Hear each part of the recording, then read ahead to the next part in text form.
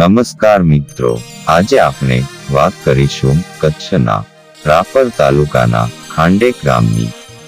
ખાંડેક ગામ એટલે પ્રકૃતિના ખોળે રમતું ગામ. આજે આપણે ખાંડેકમાં આવેલ શ્રી હિંગળાજ મંદિરના ઇતિહાસ વિશે સંક્ષિપ્તમાં જાણીશું.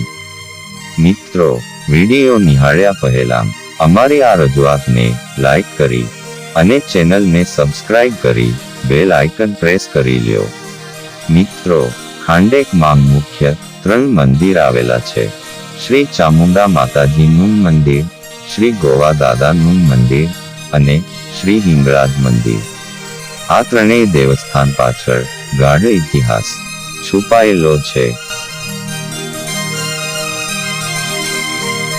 મિત્રો, શ્રી હિંગળાજ મંદિર વિશે સંક્ષિપ્તમાં વાત કરીએ તો વર્ષો પહેલા ખાંડેક ગામમાં બ્રાહ્મણ જાતિમાં અને ખાંડેકા પરિવારમાં ખેંગાર ભગત નામના દેવી ઉપાસક ભગત હતા. ખેંગાર ભગત નાનપણથી જ હિંગળાજ માતાજી પ્રત્યે અતૂટ શ્રદ્ધા ધરાવતા હતા. એમ કહેવાય છે કે તેઓ દર વર્ષે માતાજીના દર્શન કરવા માટે ચાલીને પાકિસ્તાન જતા હતા. પાકિસ્તાનના મકરાણમાં જયા હિંગળાજ માં બિરાજમાન છે ત્યાં જઈને માતાજીના દર્શન કરતા હતા. ચાલીને પાકિસ્તાન જવું અને નિયમાનુસાર માતાજીના દર્શન કરવા એ જાણે ખેંગાર ભગત માટે સાવ સરળ વાત થઈ ગઈ. મિત્રો, સમય વીતતો ગયો પણ ખેંગાર ભગત પોતાની ટેક ના ચૂક્યા. એમ કહેવાય છે કે માતાજી ખેંગાર ભગતથી હાજરાહજુ વાતો કરતા. ખેંગાર ભગતે આખી જિંદગી પોતાની ટેક જાળવી રાખી, પરંતુ સમય જતા અને અવસ્થાના કારણે પાકિસ્તાન પહોંચવું થોડું મુશ્કેલ થયું. લગભગ ખેંગાર ભગતની 80-85 વર્ષની ઉંમર હશે ત્યારે ભગત છેલ્લી વખત પાકિસ્તાન ગયા. નિહાકો નાખી હિંગળાજ માને આરદાહ કરી, હે માં, હવે આ અવસ્થામાં હું તારા દર્શને આવી શકું એટલી હિંમત આ શરીરમાં નથી. કદાચ આ છેલ્લા દર્શન હોય માં. આટલું કહેતા જ ભગત ગળગળા થઈ ગયા. ત્યારે માતાજી ભગતના સપનામાં આવી અને કહ્યું કે, હે દીકરા ખેંગાર, તારી આ ભક્તિથી હું પ્રસન્ન થઈ છું.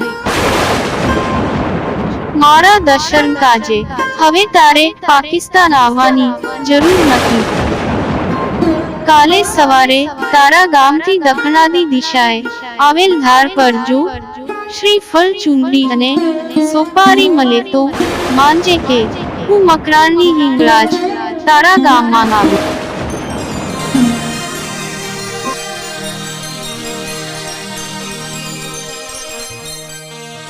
માતાજીના કહેવા મુજબ ખેગાર ભગત સવારે ગામલોકોને બોલાવીને સર્વ હકીકતની જાણ કરી. ગામના પંચને સાથે રાખી અને ગામથી આવેલી દક્ષિણાદી ધાર તરફ પ્રયાણ કર્યા. મિત્રો, સર્વ પંચ તથા ખેગાર ભગત માતાજી એ કહેવા મુજબની જગ્યાએ જઈ અને જુએ છે તો માં હિંગળાજે કહેલા તમામ પ્રમાણ મળ્યા. ખેગાર ભગત તથા સર્વ ગ્રામજનોએ અહીં માતાજીની સ્થાપના કરી. જે જગ્યાએ માતાજી બિરાજમાન થયા એ જગ્યાનું નામ ધોરીધાર હતું. પરંતુ માતાજીના બિરાજ્યા પછી ગ્રામજનો આ ધારને હિંગળાજ ધાર તરીકે ઓળખે છે. હાલમાં ખાંડેકા પરિવારે હિંગળાજ ધાર પર વિશાળ મંદિર બનાવ્યું છે તથા ત્યાં 24 કલાક પાણી મળી રહે તેવું આયોજન છે. આ ઉપરાંત પક્ષીઓ માટે અહીં મોટો ચબૂતરો તથા ચણની પણ વ્યવસ્થા કરેલી છે. મિત્રો, મનને શાંતિ તથા તનને શક્તિ મળે એવી કોઈ જગ્યા એટલે હિંગળાજ ધાર ખાંડેક.